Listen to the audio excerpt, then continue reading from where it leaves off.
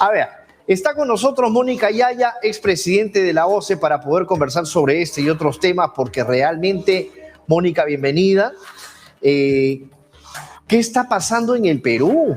O sea, ya realmente yo te sigo de cerca en las redes, yo te leo, nosotros nos leemos y realmente siempre nos estamos cuestionando y nos estamos preguntando que realmente acá todo el mundo está loco, o sea, ¿qué está pasando? Creo que la cuarentena, la pandemia, realmente estamos viendo cosas que antes no se veían, ¿no? Y realmente sorprenden. Bueno, no dejan de sorprender, obviamente, pero antes ya hemos pasado épocas muy complicadas, muy difíciles, pero estamos viendo una división en el país, estamos viviendo momentos muy difíciles, muy duros, y ahora el Poder Judicial, el Ministerio Público, todos los entes que tienen que ver con el tema de justicia, parece que estuviesen con muchas cosas por responder, o sea, hay muchos actos de injusticia, quizás en algunos casos más que justicia.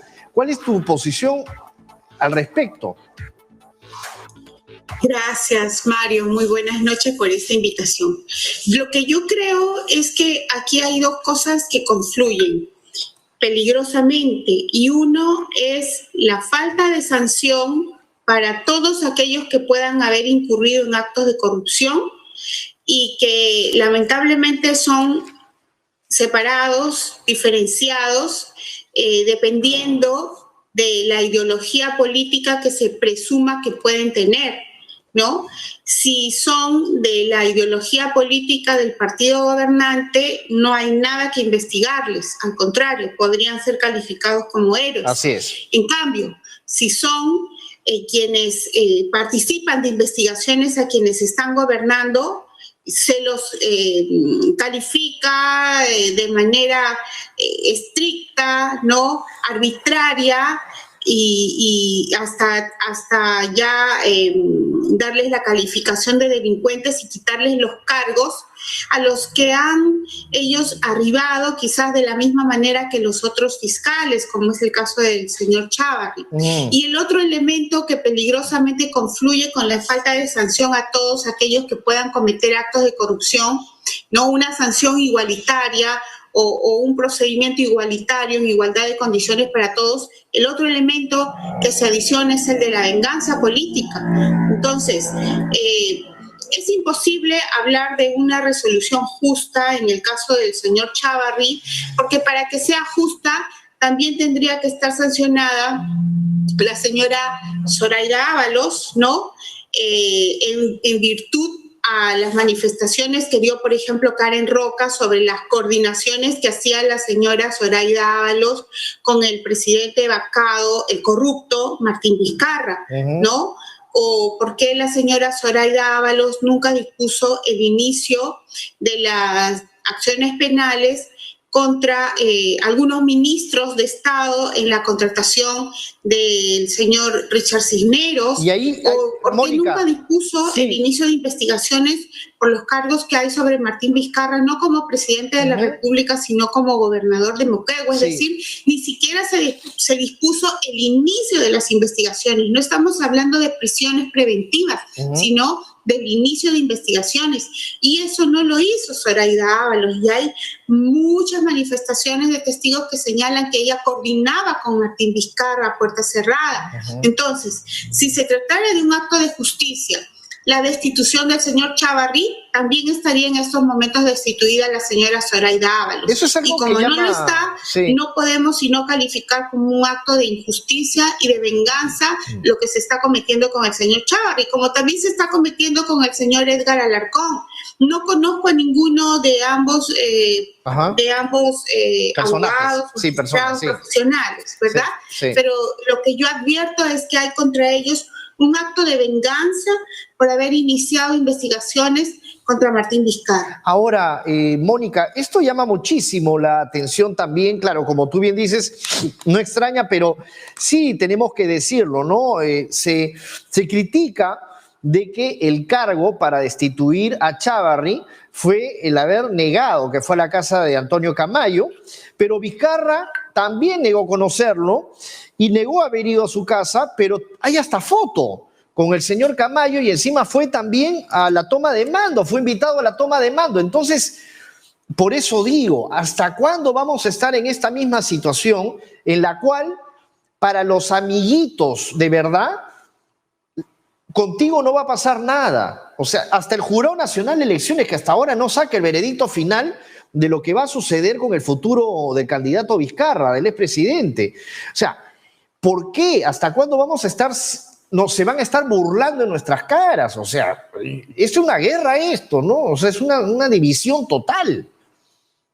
Bueno, lo que pasa es que tanto algunos, no todos los magistrados del Jurado Nacional de Elecciones, como algunos otros altísimos funcionarios, llámese los integrantes de la Junta Nacional de Justicia, llámese los integrantes de la Junta de Fiscales, llámese algunos vocales supremos, se sienten inimputables, ¿no? Y es porque ellos tienen la convicción que, así como ha sucedido en Venezuela, el gobierno comunista, el gobierno autoritario, el gobierno que tiene sus raíces en el chavismo, que es el de Ollanta-Humala, seguido por Martín Vizcarra y lamentablemente ahora también por el señor Sagasti, va a continuar en el poder. Y no necesariamente porque gane elecciones, porque aunque no ganen las elecciones, y ya está visto, ellos asaltan el poder utilizando algunos medios de comunicación, los que ellos llaman afines, para perpetuarse en el poder. Entonces, bajo esa convicción, estos altísimos funcionarios ejercen su poder de manera abusiva y arbitraria. Entonces, yo creo que ¿hasta cuándo? La pregunta ¿hasta cuándo?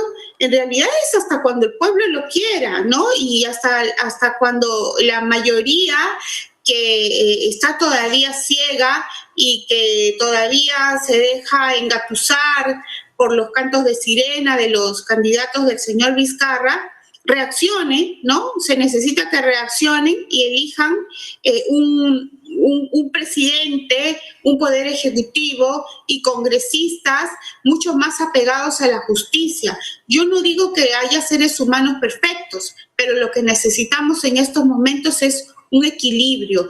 Sí, la balanza está absolutamente desequilibrada. Totalmente. A favor de estos gobiernos chavistas, autoritarios. Así y sobre todo delincuenciales. ¿Y hasta cuándo ellos vamos a estar? Están convencidos que van a seguir seguramente 50 años más, como sucedió en Cuba, ¿no? Sí, pero acá no podemos permitir 60 eso. años del gobierno de Fidel Castro y los culpables de asesinatos, de genocidios, de actos de corrupción continúan ejerciendo el poder, y lo mismo sucedió en Venezuela, y ellos lo que tienen planificado hacer en el Perú es lo mismo. Entonces está en realidad esto en manos del pueblo. Sí, correcto. Ahora, pero Mónica, si tenemos también un problema, porque si en el Partido Morado tenemos gente que quizás por ahí puede tener algunas aptitudes, ¿no? Y todo lo demás, pero hay otras que, por ejemplo, confunden hasta los títulos, ¿no? Decir, por ejemplo, que la Fiscalía es parte del Ejecutivo, por ejemplo, el Ministerio Público, y tenemos mucha ignorancia también en la sociedad, o sea, para poder votar bien en estas elecciones que vienen, ¿no? Y ahora, otro tema, la gente no se da cuenta de la magnitud de lo grave, de lo de Odebrecht, y también lo del señor Vizcarra, que el Jurado Nacional de Elecciones hasta el momento, mañana vence el plazo y nada, ¿no? Entonces, pero ya eso no podemos quedarnos de brazos cruzados, porque ¿hasta cuándo vamos a esperar y nos van a estar a nosotros lorneando de esa manera? Es cierto, lamentablemente nuestra cultura democrática es bastante endeble. Quizás la pobreza económica hace sobrevalorar las migajas que se dan como regalos, ¿no? En forma de bonos, y de esto se aprovechan personas pues como el señor Martín Vizcarra. Además, creo que hemos descuidado también bastante la educación, la salud, que tiene que ver con la alimentación y la formación integral de un ser humano, que nos hace tergiversar la escala de valores y nos hace creer que está bien que el corrupto favorito siga cometiendo actos de corrupción y atente contra los valores democráticos, no importando si nos roba, ¿no?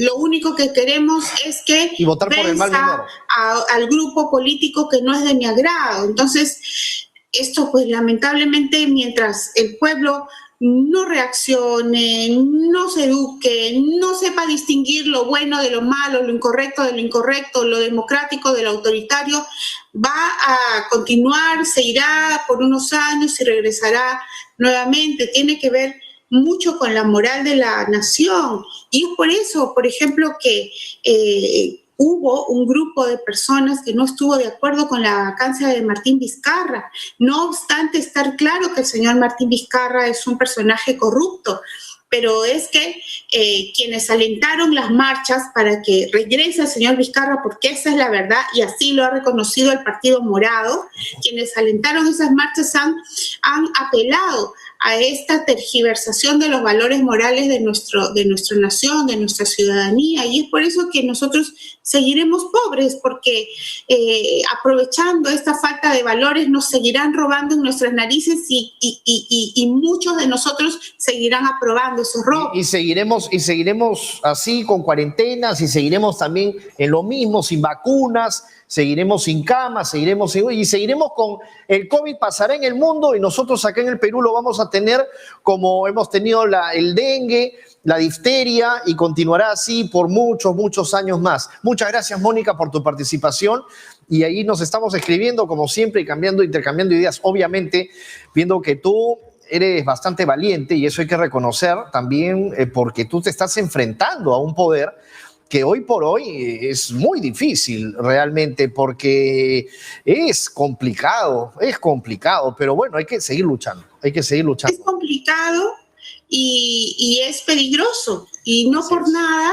Yo, por ejemplo, cuando denuncié el caso del contrato del padre de la ministra María Antonieta Alba con el Estado por 1.600.000 soles mientras ella era ministra, yo recibí amenazas, solicité garantías personales que no me fueron concedidas. Imagina. Y ahora que he denunciado que el Jurado Nacional de Elecciones, que ya tenía el día 28 la votación para excluir a Martín Vizcarra de las elecciones por haber ocultado sus acciones en una empresa que es Agrotecnia Estuquiña, por haber hecho la denuncia de que ya se tenía la votación de la exclusión, y que el presidente Jorge Luis Salas Arenas está pugnando al interior del Jurado Nacional de Elecciones para cambiar esa votación y favorecer a Martín Vizcarra, también he empezado a recibir algunas amenazas, pero yo no les tengo miedo. Claro, no les tengo miedo. Finalmente, yo asumo las consecuencias, porque yo sé que estoy peleando con un poder muy grande.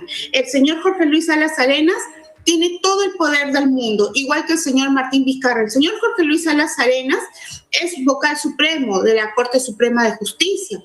Yo, una simple ciudadana que solamente está acompañada de la verdad. Asumo las consecuencias por denunciar estos actos de corrupción. Y Mónica, te vamos a acompañar los peruanos, realmente los ciudadanos que queremos a este país y no queremos ahí vernos en un hueco profundo. Muchas gracias, Mónica Yaya, quien ha sido expresidenta de la OCE. Vamos nosotros.